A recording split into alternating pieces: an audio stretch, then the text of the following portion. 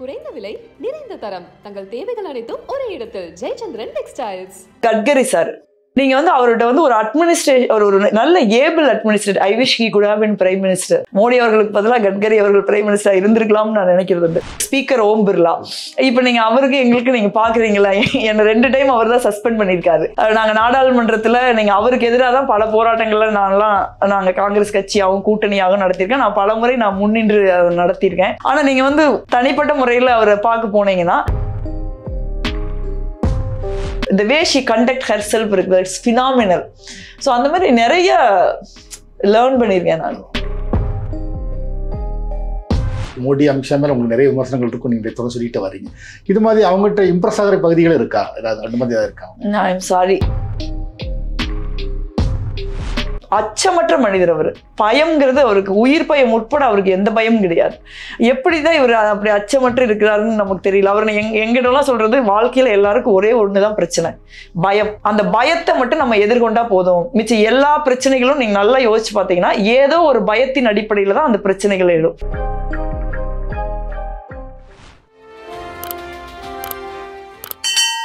2 முறை எம்பி ஆயிட்டீங்க. அந்த டெல்லி லைஃப் எப்படி இருக்கு, உங்களுக்கு பிடிச்சிருக்கா? டெல்லி லைஃப் எனக்கு ஒன்றும் புதுசு இல்ல. நான் 2006 இருந்து 2012 வரைக்கும் எங்க கட்சியில தேசிய இளைஞர் காங்கிரஸோட பொதுச் செயலாளராக பணியாற்றியிருக்கேன். ஸோ அப்போ டெல்லியில தான் நான் தங்கி இருந்திருக்கேன். டெல்லியில தங்கி தான் நாங்க இந்தியாவின் பல மாநிலங்கள் எனக்கு பொறுப்பு இருந்திருக்கு, நான் போயிட்டு வந்திருக்கேன். இப்போ எம்பியா இருக்கிறப்போ நம்ம அன்னைக்கு நான் நார்த் அவென்யூல தங்கியிருந்தேன், இன்னைக்கு மீனாபாக்ல தங்கியிருக்கேன். நம்ம அதிக காலம் அங்க இருக்கிறது இல்லையில.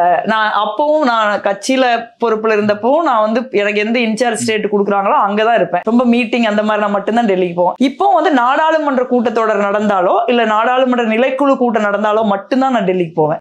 இல்லைன்னா நாங்க கூட்டத்தொடர் எனக்கு வெள்ளிக்கிழமை முடியுது காலையில, வெள்ளிக்கிழமை சாயங்காலமே எல்லாம் பெட்டி கட்டிட்டு வந்துடுவேன் நான்.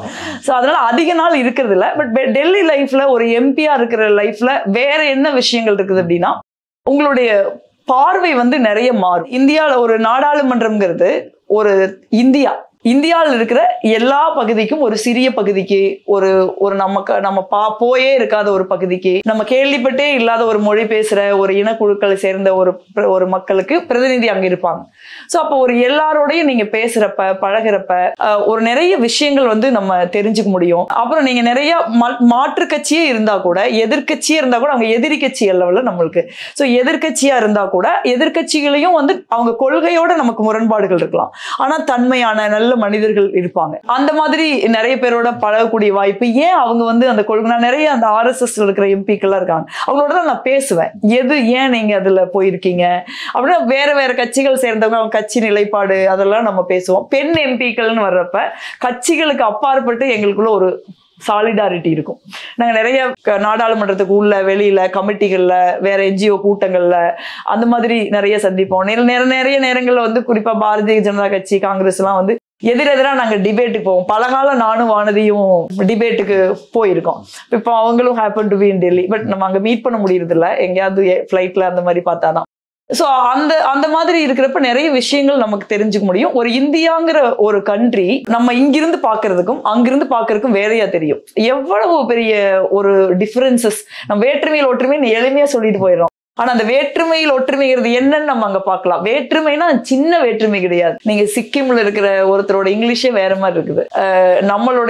நம்ம எந்திரிச்சு நான் தமிழ்ல பேசுறேன், அவங்க மைக் போட்டு கேட்கறாங்க. யாரோ ஒருத்தர் அவங்களுடைய மாநில மொழியில பேசுறாங்க, அதை மைக் போட்டு நம்ம கேட்கிறோம். அப்புறம் அது சார்ந்த கல்ச்சுரல் விஷயங்கள்லாம் வருது. ஸோ அப்ப அதெல்லாம் அந்த மாதிரி விஷயங்கள்லாம் நமக்கு ஒரு ஹியூமிலிட்டியை கொடுக்குது. ஒரு மிகப்பெரிய மேதைகளும் அங்க அமர்ந்து இருப்பாங்க, அந்த சபையில இருப்பாங்க. அப்புறம் அதே மாதிரி நம்ம நேரு அமர்ந்த சபையில, அம்பேத்கர் அமர்ந்த சபையில நம்ம போய், காமராஜர் அமர்ந்த சபையில நம்ம போய் அமர்றோம். சோ அப்போ அதற்கான பொறுப்பு அதெல்லாம் நம்மளுக்கு இருக்கும். அப்புறம் நிறைய பேரோட பேசக்கூடிய வாய்ப்பு, பழகக்கூடிய வாய்ப்பு, பல கருத்துக்களை பரிமாறிக்கூடிய வாய்ப்பு கிடைக்குது. டெல்லிங்கிறப்ப உங்களுக்கு நிறைய எம்பசிகளுக்கு நம்ம போறோம். சில முக்கியமான எம்பிக்கள்னு அவங்க நினைக்கிறவங்கள அவங்க தொடர்ச்சியா அழைப்பாங்க. ஸோ அந்த மாதிரி காங்கிரஸ் கட்சியில ஒரு லீடிங் ரோல் இருக்கிறதுனால எப்பவுமே எனக்கு நிறைய எம்பசிகள் இருந்து, வேறு நாடுகளுடைய தூதரகங்கள்ல இருந்து அழைப்புகள் வரும். நம்ம அங்க கூட்டங்கள் கூட்டுவாங்க. அப்ப அந்த டெலிகேஷன்லாம் வருவாங்க.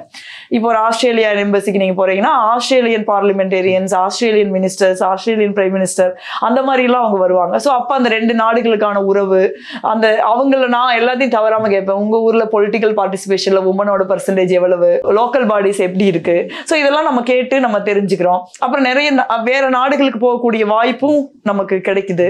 ஸோ இந்த மாதிரி ஒரு பாலிடிக்ஸ்ங்கிறது வந்து ஒரு நம்ம ஊர்ல பாக்குற மாதிரி ரொம்ப லோக்கலா ரொம்ப குறுகிய ஒரு இடமா இல்லாம அது ஒரு பறந்துபட்ட இடமா இருக்கும். அந்த விதத்துல அது ஒரு பெட்டர் எக்ஸ்பீரியன்ஸ் நான் நினைக்கிறேன். இவ்வளவு பாசிட்டிவான விஷயங்கள் சொன்னீங்க. அது போக மிஸ் பண்ற விஷயங்கள் ஏதாவது இருக்கா உங்களுக்கு? டெல்லியில இருக்கிறதுனால நான் ரொம்ப நாள் இருக்கிறது இல்ல. இப்ப நம்ம வந்து இப்ப நீங்க ஒரு கூட்டத்தொடர் நடக்குதுன்னு வச்சுங்க. கூட்டத்தொடர் 4 வாரம் நடக்குதுன்னா சனி ஞாயிறு ஊருக்கு வந்துட்டு போயிடுறோம் பெரும்பாலும். அப்புறம் அந்த கூட்டத்தொடர் முடிஞ்ச உடனே நம்ம வந்துடுறோம். அந்த கூட்டத்தொடர்ல வந்து எனக்கெல்லாம் பயங்கர எங்கேஜா இருக்கும். ஏன்னா நான் வந்து என்னோட எம்பி பதவியை நான் ரொம்ப சீரியஸா எடுத்துக்குவேன் தனிப்பட்ட முறையில. அதனால நிறைய வந்து நான் படிப்பேன். ஒரு மசோதாவில் பேச போறதுக்கு முன்னாடி நான் அப்படிலாம் படிக்காம அப்படிலாம் ஆஃப் பேக்கடாலாம் போக மாட்டேன். அதே மாதிரி அந்த ஒரு மசோதாவில் நான் பேசல அப்படின்னா கூட அந்த மசோதா ரொம்ப முக்கியமான மசோதாவா இருந்தா, இப்ப வக்ஃப் போர்டு வருது, இப்ப நான் படிச்சுட்டு இருக்கேன்.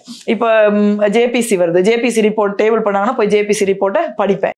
ஸோ அந்த மாதிரி இப்போ பயோடைவர்சிட்டி பில் வந்து நான் ஜேபிசியில் இருந்தேன். வண்டியாக படிச்சுட்டு எல்லாரையும் கேட்டு எக்ஸ்பர்ட்ஸ் எல்லாம் பார்த்து என்னோட ஒப்பீனியன்லாம் தெரிஞ்சுக்கிட்டு தான் நான் போவேன். அதே மாதிரி பிஆர்எஸ்னு ஒரு ஆர்கனைசேஷன் வந்து காலையில் வந்து எம்பிக்களுக்கு ப்ரீஃபிங் எடுப்பாங்க.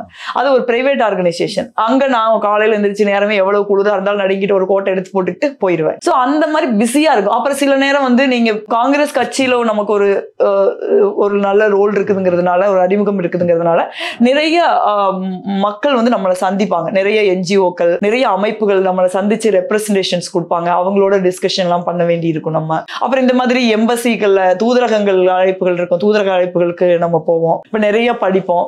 ஸோ இந்த மாதிரி நம்ம ஃபுல்லி என்கேஜா இருக்கும். ஏதாவது ஒரு சனி ஞாயிறு வந்து வரல அப்படின்னா நானும் சுமதி எல்லாருக்கும் வந்து படம் பார்ப்போம். அதனால டெல்லியில ஃபாஸ்டா போயிடும். சில பேர் இங்கிருந்தும் வருவாங்க, தமிழ்நாட்டில இருந்து வேற மாவட்டத்தை சேர்ந்தவர்கள்லாம் இருப்பாங்கல்ல, அவங்களாம் ஏதாவது இஷ்யூன்னு எடுத்துட்டு வருவாங்க. அங்க ரொம்ப பேக்கடா இருக்கும். நீங்க அங்க ஃப்ரீயாவே இருக்காது. நீங்க சொன்னீங்க வந்து நிறைய இந்தியாவோட எல்லா பக்கங்கள்ல இருந்து ஒரு எம்பிகள் வராங்க வந்து, ஸோ அவங்களோட பழகிறதுக்கான வாய்ப்புகள் கிடைக்குது, நிறைய விஷயங்கள் கற்றுக்க முடியுது. அப்படி பழகின வகைகளில் உங்களுக்கு நண்பர்களாக கிடைச்சவங்ககிட்ட இருந்து நீங்கள் கற்றுக்கிட்ட விஷயங்கள் என்ன? ரொம்ப உங்களை இம்ப்ரெஸ் பண்ணவங்க யாரு? நிறைய விஷயம் இருக்கு. அகர்வால்னு ஒரு எம்பி இருந்தாங்க. அவங்க வந்து ஒரு நீண்ட RSS பேக்ரவுண்ட் உள்ளவங்க, ஒரு மிக ஒரு நல்ல மனிதர். ஒருத்தர் ஏன் ஒரு கொள்கையை தேர்ந்தெடுக்கிறாங்கன்னு நம்ம சொல்ல முடியும். அவர் வந்து ஒரு பாரதிய ஜனதா கட்சி எம்பி, ஒரு மூத்த எம்பி, அவர் ஒரு லிஸ்டட் சேர் அவரு. பட் ஆனா அவ்வளவு ஒரு ஹியூமிலிட், நம்ம கொஞ்சம் விலகி இருப்போம் இல்லையா. ஸோ நம்ம பார்த்துட்டு அவரா வந்து சொன்னாரு, நீங்க ரொம்ப பிரைட்டா இருக்கீங்க, இப்ப ரொம்ப சின்சியரா இருக்கீங்கம்மா, எல்லா இடத்துலயும் உட்காந்து எதையா கத்துக்கிட்டு இருக்கீங்களே அப்படின்னு சொல்லி பேசி பாராட்டுவாரு. ஸோ நமக்கு வந்து ஓகே, ஒரு அரசியல் சார்புகள் நமக்கு இருந்தா கூட அந்த ஒரு வயதான மனிதர், ஒரு நீண்ட நெடிய எக்ஸ்பீரியன்ஸ் உள்ளவர், எல்லாரும் ஒரு புன்னகையை அவரு வச்சிருப்பாரு. 2வது கட்கரி சார். நீங்க வந்து அவர்கிட்ட வந்து ஒரு அட்மினிஸ்ட்ரேஷன், ஒரு நல்ல able administrator. I wish he could have been prime minister. இந்த பாரதிய ஜனதா கட்சி இதுல நான் always I wanted to Rahulji as a prime minister. Bharatiya Janata கட்சி ரூல்ல அவங்க தான் ஜெயிச்சிட்டாங்கிறப்ப மோடி அவர்களுக்கு பதிலாக கட்கரி அவர்கள் பிரைம் மினிஸ்டர் இருந்திருக்கலாம்னு நான் நினைக்கிறது உண்டு. ஒரு நல்ல அட்மினிஸ்ட்ரேட்டர். நீங்க சொல்றத காது கொடுத்து கேட்பாரு. எந்த கட்சி எம்பிலாம் அவர் பார்க்க மாட்டாரு. நீங்க என்ன நோக்கத்தோட போறீங்க, உங்களுக்கு எவ்வளவு தூரம் விஷயம் தெரிஞ்சிருக்கு, நீங்க எவ்வளவு வேலை செய்யணும்னு நினைக்கிறீங்கிறத துல்லியமா கணிச்சிருவாரு.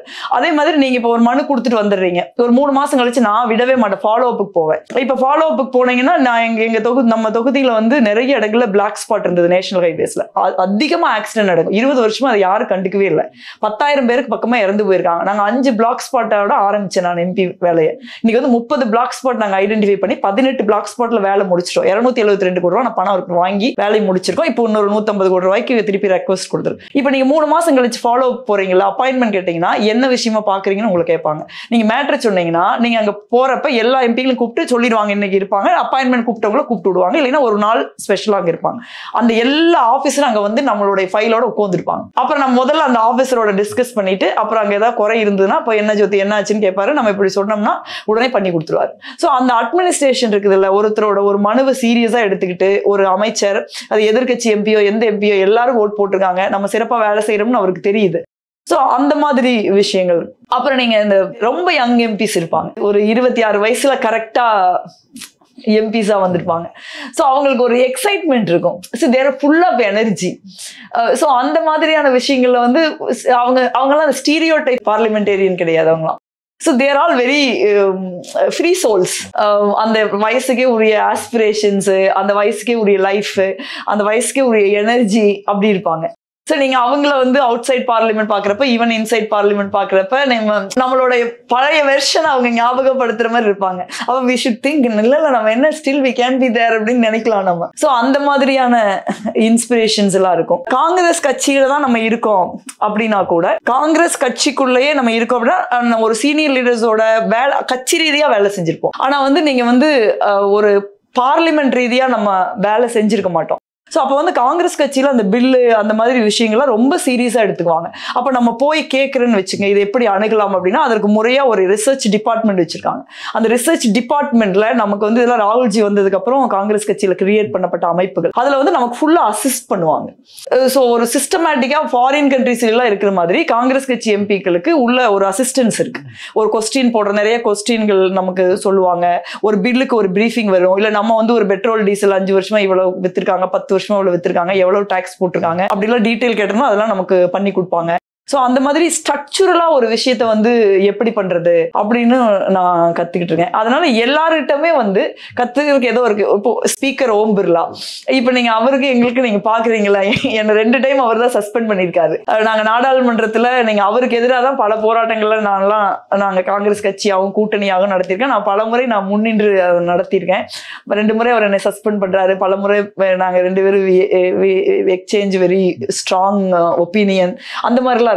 ஆனா நீங்க வந்து தனிப்பட்ட முறையில அவரை பார்க்க போனீங்கன்னா, ஆனா ஸ்பீக்கரா இருந்தாலும் ஒரு சிரிச்ச புன்னகைய வச்சிருப்பாரு.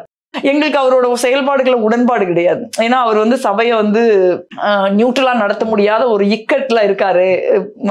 நரேந்திர மோடி, அமித்ஷா அவங்களாம் அவர் மேல பிரஷர் போடுறாங்க அப்படிங்கிறது அப்படிதான் நடக்குதாங்க. அதுல எங்களுக்கு உடன்பாடு கிடையாது. ஆனா நீங்க போனீங்கன்னா ஹி அப்ரிஷியேட் யூ. யாராவது உட்கார்ந்து இருந்தாங்கன்னா, she is full of energy, she fight with me every day அப்படின்னு சொல்லுவார் அவரு. It's not a easy job. ஒரு சேருங்கிறது ஒரு ஈஸி ஜாப் கிடையாது, ஒரு ப்ரெஷரைசிங்கான ஜாப். அப்ப நீங்க அந்த இடத்துல வந்து நீங்க ஒரு மனிதரை வந்து ஹோலாவும் பார்க்கலாம். இல்ல ஒரு அவங்ககிட்ட இருக்கிற நல்ல விஷயங்கள், கெட்ட விஷயங்கள் எல்லாருமே, இல்ல சரியாக பண்ண முடியாத விஷயங்கள் எல்லாரும் சேர்ந்துதான் ஒரு மனிதர். யாருமே ஒரு மிஸ் பர்ஃபெக்ட், ஒரு மிஸ்டர் பர்ஃபெக்ட் கிடையாது. ஸோ நிறைய விஷயம் நம்ம அவங்ககிட்ட பிடிக்கலினா கூட ஒரு நல்ல விஷயம் அவங்ககிட்ட இருந்துச்சு அப்படின்னா அதை நம்ம அப்ரிஷியேட் பண்ணலாம், அவங்க உடன்படவே இல்லைன்னா கூட. ஸோ அந்த மாதிரி நிறைய விஷயங்கள் இருக்கும். கத்துக்கிட்ட விஷயம்னா, ராகுல்ஜியோட நான் ரொம்ப வருஷம் ஒர்க் பண்ணியிருக்கேன். கிட்டத்தட்ட now I'm into 18 years of working with him, youth காங்கிரஸ்ல தான். ஆனா ஒரு பார்லிமெண்ட்ல ஒரு எம்பியா, எல்ஓபியா, லீடர் ஆஃப் அப்போசிஷனா இருக்கார். இருக்கிறப்ப வந்து அவர் வந்து எப்படி இருப்பாருன்னா, நீங்க வந்து நானே சிம்பிளா தான் இருப்பேன், நோன் ஃபார் மை சிம்பிளிசிட்டி. ஆனா மை பாஸ் அந்த ஹியூமிலிட்டியோட கோர் அவர். அதே மாதிரி நம்ம எப்படி இப்ப மற்றவங்களை எல்லாம் நான் பார்க்க பழகி இருக்கிறேன்னா, எனக்கு வந்து நம்ம எல்லாம் I told you I'm strongly opinionated. அப்ப நமக்கு ஆப்போசிஷன்ல இருக்கிறவங்க மேல நமக்கு அது கொள்கை சார்ந்த ஒரு எரிச்சல், இந்த மாதிரி மக்கள் அதை பண்றாங்க இதை பண்ணாங்க நமக்கு இருந்துகிட்டே இருக்கும். ஆனா ராகுல்ஜி என்ன சொல்லுவாருன்னா, அவங்களோட நம்ம பேசணும்.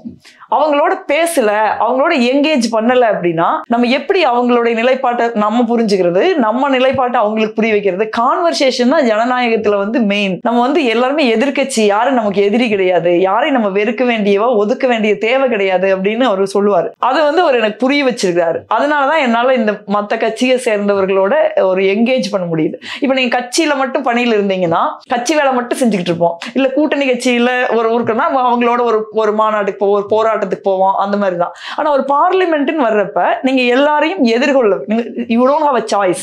நீங்க எதுக்கு வர்றவங்க, முன்னாடி வர்றவங்கள பார்த்து நீங்க ஒரு ஸ்மைல் பண்ணலாம், வணக்கம் சொல்லிட்டு போகலாம், இல்ல மூஞ்சி இழுத்துக்கிட்டு போகலாம். பட் ஆனா அந்த மாதிரி ஒரு சிவிலிட்டி இருக்கிறது வந்து ரொம்ப முக்கியங்கிறத நான் அவர்கிட்ட இருந்து புரிஞ்சுக்கிட்டு இருக்கேன். ஆனா அந்த சிவிலிட்டிக்கு ரொம்ப ரெஸ்பான்ஸும் இருக்குது. நீங்க பாரதிய ஜனதா கட்சியை சேர்ந்தவர்கள் அவரை பொதுவெளியில சொல்றதும், கேமராக்கள் முன்னாடி சொல்றதும், தனிப்பட்ட முறையில் நம்மகிட்ட புகழ்ந்து பேசுறதும் வேறையாது. ஸோ அந்த மாதிரி நிறைய கத்துக்க முடிஞ்சிருக்கு. ரொம்ப நான் கத்துக்கிட்ட விஷயம் என்னன்னா, மேடம் சோனியாஜி இருந்தான்.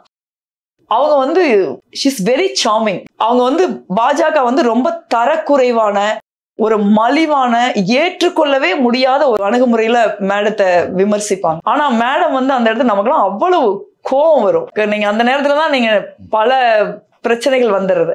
ஆனா மேடம் வந்து அப்படியே டிக்னிட்டி அண்ட் கிரேஸோட உட்காந்துருப்பாங்க சிரிச்சுட்டு. நமக்கு என்ன நம்ம எல்லாம் கோவப்படுறப்ப அவங்க சொல்லுவாங்க, ஏன் கோவப்படுறீங்க, அவங்கதான் நம்ம பேசுறத கேட்க மாட்டாங்க, நம்மளாவது அவங்க பேசுறத கேட்கலாம் இல்லையா அப்படின்னு சொல்லுவாங்க. என்ன வேணா பேசினா எப்படி மேடம் கேட்க முடியும் அப்படின்னு சொல்லி, அது it shows their dignity, it shows their character Jothi, it's not ours அப்படின்னு சொல்லுவாங்க. ஸோ அந்த அசால்ட்டுக்கு மத்தியில எப்படி ஒருத்தர் வந்து தன்னோட டிக்னிட்டி, தன்னோட செல்ஃப் ரெஸ்பெக்ட் எல்லாத்தையும் வச்சு உட்கார்ந்துருக்கிறது.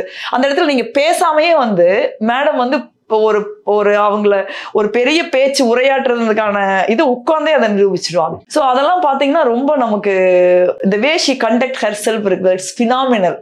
ஸோ அந்த மாதிரி நிறைய லேர்ன் பண்ணியிருக்கேன் நான். ஸோ நிறைய பேர் பற்றி சொன்னீங்க. இது மாதிரி வந்து இப்போ மோடி அமித்ஷா மேலே உங்களுக்கு நிறைய விமர்சனங்கள் இருக்கும், நீங்கள் தொடர்ந்து சொல்லிட்டு வரீங்க. இது மாதிரி அவங்ககிட்ட இம்ப்ரெஸ் ஆகிற பகுதிகள் இருக்கா, ஏதாவது அந்த மாதிரி ஏதாவது இருக்கா?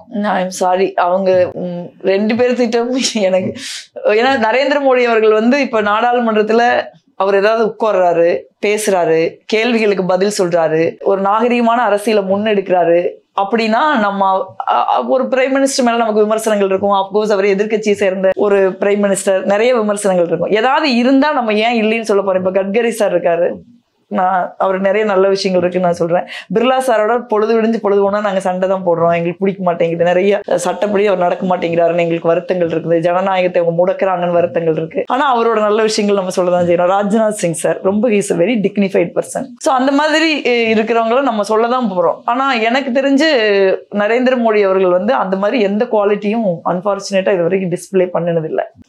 அமித்ஷா அவர்களை பொறுத்த வரைக்கும் ஒரு விஷயம் நான் என்ன பாக்குறேன்னா, is a hard worker, he planned things well. அந்த 2 விஷயம் நான் அமித்ஷா அவர்கள்ட்ட பார்த்திருக்கேன். அதுவும் இல்லாம நாடாளுமன்றத்துக்கு வந்து அவர் உட்கார்ந்துருப்பாரு, அப்புறம் பதிலும் சொல்லுவாரு. ஸோ அந்த மாதிரி விஷயங்கள் நான் அமித்ஷா அவர்கள்ட்ட பார்த்திருக்கேன். அந்த ஹார்ட் ஒர்க்கை ஐ திங்க் ஐ அப்ரிஷியேட். ராகுல் காந்தி நீங்க தனிப்பட்ட முறையில் ரொம்ப அறிஞ்சவர் வந்து நீங்க ரொம்ப காலமா நீங்க சொன்ன மாதிரி அவரோட பயணம் பண்ணிருக்கீங்க. வந்து நீங்க அறிஞ்ச வகையில ராகுல் காந்தி எப்படிப்பட்டவர், இப்ப நீங்க ஒரு ரைட்டர், எந்த வகையில் அதை எடுத்துக்கிறாரு அப்படிங்கிற மாதிரி சொல்லுங்க. அவர் ரொம்ப நல்லா படிப்பாரு. அவரு is a well read, is a avid reader. அதுவும் இல்லாம வேகமா வேற படிப்பாரு. இப்ப நம்ம ஒரு பேஜ் படிக்கிறதுக்கு ஒரு 3-4 நிமிஷம் எடுத்துக்கிட்டோம்னா அவர் 2-3 நிமிஷத்துல 2 நிமிஷத்துல படிச்சிருவாரு. ஸோ அந்த மாதிரி ஒரு வேகமா படிக்கக்கூடியவர், அப்புறம் ரொம்ப சிந்திக்கக்கூடியவர். ஒரு என்சைக்ளோபீடியா மாதிரி. இப்ப நான் என்ன பண்ணா, ஐ லேர்ன் திஸ் ஷார்ட்கட். இப்ப ஏதாவது கேட்கணும்னா நேரு போய் ஒரு புத்தகத்தை புரட்டி முழுக்க படிக்கிறதை விட அவர் போய் அவர்கிட்ட நம்ம ஒரு மெசேஜ் போட்டா அவர் அதுக்கு விளக்கம் சொல்லுவார், இல்லைன்னா அந்த புத்தகத்தை சொல்லுவார், நீ அந்த புத்தகத்தை படி, முழுக்க படிச்சுட்டு வா அப்படின்னு சொல்லுவார். ஸோ அந்த அளவுக்கு நம்மளை கைட் பண்ணக்கூடிய அளவுக்கு, என்னை மட்டும் இல்ல நிறைய பேருக்கு வந்து அந்த மாதிரி அவர் வந்து நிறைய விஷயங்களை தெரிஞ்சு வச்சிருப்பாரு. அவருக்கு சங்க இலக்கியம் தெரியும், பெரியாரும் சங்க இலக்கியம் படிக்கணும்னு நினைப்பாரு, பெரியாரும் படிக்கணும்னு நினைப்பாரு. அவருக்கு வந்து ஏஐயும் தெரியும், ஸ்போர்ட்ஸும் தெரியும், very good chess player, martial arts தெரிஞ்சவர், பொயட்ரி படிக்கக்கூடியவர். ஸோ அந்த மாதிரி அவருக்கு தெரியாத ஏரியாக்களே இல்லை அப்படிங்கிற அளவுக்கு ஹஸ் அன் எக்ஸ்பர்டைஸ். அதை வந்து ரொம்ப சீரியஸா எடுத்துக்கிட்டு அவர் டைம் வேஸ்ட் பண்ண மாட்டார். நம்மளே இப்போ கொஞ்சம் அரட்டை அடிக்கலாம், அந்த மாதிரி ஸ்பேஸே அங்கே கிடையாது. அரட்டை அடிச்சா கூட he learn something with that. இப்போ நான் சில நாள் தமிழ்நாட்டு எம்பிக்களோட உட்காந்து கேன்டீன்ல டீ குடிச்சிட்டு அரட்டை அடிச்சிட்டு இருப்பாரு. அது அரட்டை தான். ஆனா அந்த அரட்டையில பாத்தீங்கன்னா தமிழ்நாட்டுடைய மொழி, தமிழ்நாட்டுடைய கல்ச்சர், தமிழ்நாட்டினுடைய அரசியல், டிஎம்கேவோட ஆர்கனைசேஷன் ஸ்ட்ரக்சர் என்ன, எப்படி தமிழ்நாட்டுல அரசியல் கட்சிகள், அது சார்ந்துதான் இருக்கும் அந்த அரட்டை. ஸோ அதுக்கான ஒரு சின்சியரான எஃபர்ட்டை வந்து அவர் போட்டிருக்காரு. 2வது வந்து ஒரு அச்சமற்ற மனிதர். அவர் பயம்ங்கிறது அவருக்கு, உயிர் பயம் உட்பட அவருக்கு எந்த பயமும் கிடையாது. எப்படிதான் இவர் அப்படி அச்சமற்று இருக்கிறாருன்னு நமக்கு தெரியல. அவர் எங்கிட்டலாம் சொல்றது, வாழ்க்கையில எல்லாருக்கும் ஒரே ஒண்ணுதான் பிரச்சனை, பயம். அந்த பயத்தை மட்டும் நம்ம எதிர்கொண்டா போதும், மிச்சம் எல்லா பிரச்சனைகளும் நீங்க நல்லா யோசிச்சு பாத்தீங்கன்னா ஏதோ ஒரு பயத்தின் அடிப்படையில தான் அந்த பிரச்சனைகள் எழும். ஆனா அந்த பயத்தை மட்டும்தான் நம்ம கான்ஸ்டன்டா எதிர்கொள்ள பழகணும் அப்படின்னு சொல்லுவாரு. நான் நிறைய அதுக்கு பழகி இருக்கேன். ஒரு மெடிடேட் பண்ணக்கூடியவர், விபாஷனா மாதிரி மெடிடேட் பண்ணக்கூடியவர். அவர்கிட்ட இருந்தா எங்க எல்லாத்துக்கும் அந்த மெடிடேட் பண்ற பழக்கம் வந்து நிறைய பேர், அவர் தெரிஞ்சவங்களோ தெரியாதவங்களோ, அரசியல் இருக்கிறவங்களோ இல்லாதவங்களோ நிறைய பேர் வந்து மெடிடேஷன்லாம் பண்றோம் விரும்பினா அவங்கள கைட் பண்ணக்கூடியவர். அப்புறம் வேதம் உட்பட எல்லாத்தையும் படிச்சவர். அதை பாஜக இவ்வளவு பேசுறாங்களே, நீங்க மதம்னு, ஏதோ ஒரு பாரதிய ஜனதா கட்சியின் தலைவர் ஒரு பொது மேடையில நரேந்திர மோடி அவர்களோ அமித்ஷா அவர்களோ யாராவது ஒரு பொது மேடையில ராகுல் காந்தி எதிர்கொள்ளக்கூடாது, அன்னைக்கு ஹிந்து ராம் சார் எல்லாம் சேர்ந்து கூப்பிட்டாங்கல்ல, ராகுல் காந்தி வர்றவங்க தானே சொன்னாரு, வந்து பேசலாம்ல மோடி அவர்கள், ஸோ அந்த அளவுக்கு எல்லாத்தையும் தாண்டி ஒரு மிகப்பெரிய ஒரு ஹியூமிலிட்டி உள்ளவர், ஒரு சக மனிதனை எந்த விதமான அவங்க படிச்சவங்களா படிக்காதவங்களா ஏழையா பணக்காரங்களா ஆணா பெண்ணா உயர்ந்த சாதியா இல்லையா அப்படின்லாம் எதுவுமே பார்க்காம ஒரு சக மனிதனை ஒரு சரிசமமாக மதிச்சு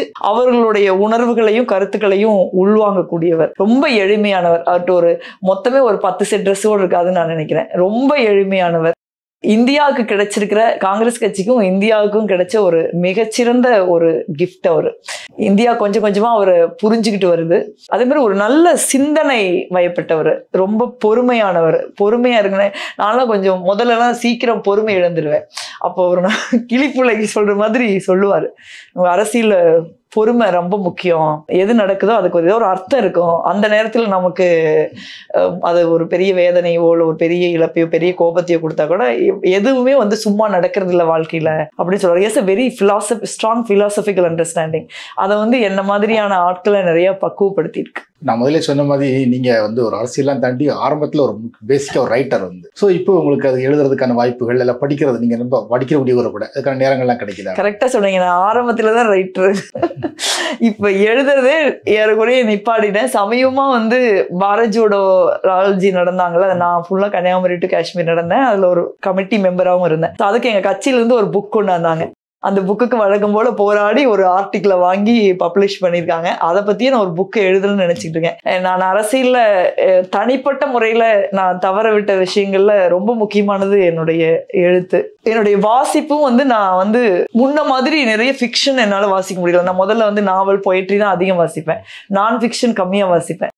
இப்போ வந்து நமக்கு நான் ஃபிக்ஷன் மேல அதிக கவனம் போகுது. ஏன்னா அது சூழல் நிறைய விஷயங்கள் தெரிஞ்சுக்க வேண்டியிருக்கு, அந்த மாதிரியும் இருக்கு. நேச்சுரலா நான் ஃபிக்ஷன்ல இன்ட்ரெஸ்ட் இல்லைன்னு சொல்ல முடியாது. பட் ஃபிக்ஷனோ பொயட்ரியோ படிக்காம நான் ஃபிக்ஷன் மட்டுமே நான் படிச்சுக்கிட்டு இருந்தது இல்லை. இன்னைக்கு வந்து எப்போவாவது கொஞ்சம் நம்மளே டைம் எடுத்து படிக்க வேண்டியிருக்கு. அப்புறம் நிறைய நான் பயணம் பண்ணுவேன். நேற்று தான் நானும் என் ஃப்ரெண்டு ரேவதியும் பேசிட்டு இருந்தோம். ரொம்ப காலம் ஆயிடுச்சு, நம்ம எங்கேயாவது போயே ஆகணும், நமக்குள்ள இருக்கிற ஒரிஜினலான செல்ஃப் ரொம்ப ஏங்குதுன்னு சொல்லிட்டு இருந்தேன் நான். அந்த பயணங்கள் நம்மளால பண்ண முடியும். நிறைய காடுகள் மலைகள் நதிகள்னு எங்களோட பயணங்கள்லாம் வந்து ஒரு முன் திட்டமிடப்படாத ஒரு நாடோடிகளுடைய வாழ்க்கை தான் நான் வாழ்ந்துட்டு இருந்தேன். Thanks to my mother. So அந்த மாதிரி ஒரு லைஃப் இல்லை. அஃப்கோர்ஸ் அப்புறம் அம்மா இல்லாதனாலையும் லைஃப்ல நிறைய விஷயங்கள் மாறிடுச்சு. நம்ம தனிப்பட்ட வாழ்க்கை சார்ந்து நிறைய நேரமே எடுத்துக்கிறது இல்லை. உங்களுக்கு அம்மா இருந்தா நம்ம வீட்டுக்கு போவோம், அவங்க ரொம்ப நல்லா இருப்போம், ஷீஸ் லைக் எ ஃப்ரெண்டு, அவங்க நமக்கு ஒரு டைம் இருக்கும், ஒரு ரிலாக்ஸேஷன் இருக்கும். அந்த மாதிரி ஒரு சூழல் அம்மா இருந்ததுக்கு அப்புறம் எனக்கு இல்லை. நான் ஒரே ஆளா வீட்டுல இருக்கிறதுனால முடிஞ்ச வரைக்கும் எனக்கு வெளியில போறது, மக்களை சந்திக்கிறது, இதுலதான் என்னோட கவனம் அதிகமா போகுது. இப்ப நான் வீட்டுக்கு திரும்பி போனா மட்டும் அங்க என்ன இருக்கு போகுது, வீடுங்கிறது எனக்கு ஒரு மெமரி. அதனால நான் எங்க போனாலும் ஐ carry my mother, carry my memory. So அதனால வந்து நீங்க அதுவும் ஒரு காரணம். நீங்க வந்து ஒரு தனிப்பட்ட வாழ்க்கையினே ஒண்ணு நம்ம வச்சுக்காம இருக்கிறதுங்கிறதுனால பொது வாழ்க்கையிலேயே நிறைய நேரம் நமக்கு போயிருது.